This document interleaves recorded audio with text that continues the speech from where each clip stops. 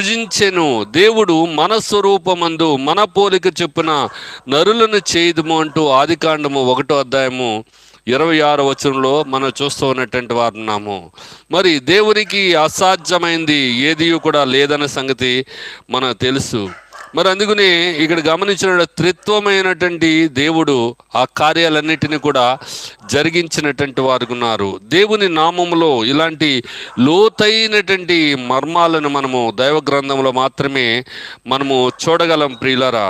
కనుక ఈ రోజున ఆ ఆదిమ హెబ్రీ గ్రీక్ భాష నుంచి తర్జుమా చేయబడినటువంటి మరి దేవుని యొక్క నామాన్ని మనము పరిశీలన చేయవలసినటువంటి వారు ఉన్నాం.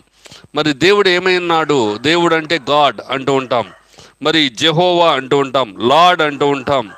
మరి ఇలాగున పెద్ద అక్షరాలు చిన్న అక్షరాలు వీటన్నిటిని కూడా ఇంగ్లీష్ వాళ్ళలో మనం చూస్తూ ఉన్నటువంటి వారు ఉన్నాం. కనుక ఈ రోజున మనం